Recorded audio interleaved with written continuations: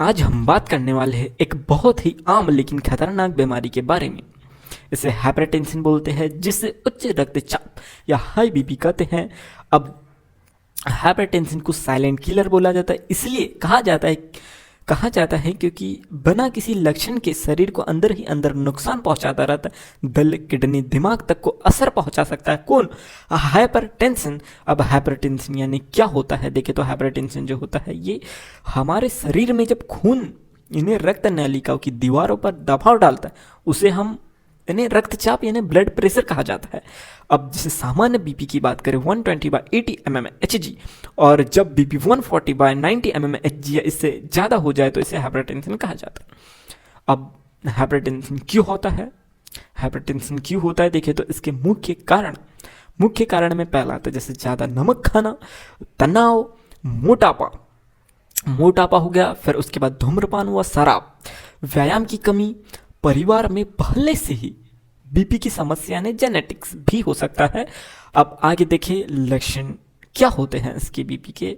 अधिकतर लोगों में कोई भी लक्षण नहीं दिखते, लेकिन कभी कभी ये परेशानी हो सकती है। कौन सी परेशानी हो सकती है? सर दर्द हो सकता है, चक्कर आ सकते हैं, थकान हो सकती है, और आगे देखें तो दिल की धड़कन तेज हो जाना, ये भी इसका लक्षण है।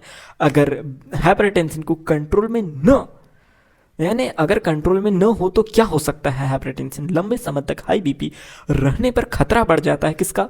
हार्ट अटैक का बढ़ जाता है, स्ट्रोक का बढ़ जाता है, और किडनी फेलियर का बढ़ जाता है। फिर और एक नेक्स्ट है आंखों की रोशनी कम हो जाती है, ये भी लक्षण एक है इसमें से। इसलिए बीपी को कंट्रोल करना बेहद जरूरी है। हाइपरटेंशन को कंट्रोल कैसे करें? खाने में यानी नमक कम खाए, सॉल्ट कम कर दे, रोज कम से कम 30 मिनट तेज चलना, ये भी अच्छा यानी ये है, इससे भी कम हो सकता है। धूम्रपान व शराब से दूर रहिए, छोड़ दीजिए, वजन नियंत्रित रखें, तनाव कम से कम ले यानी कम करने की कोशिश करें, और डॉक्टर जो दवा दे रहे जो पेशेंट अगर से यानी इसके हैं तो वो दवा को कंटिन्यू करें, छोड़े ना।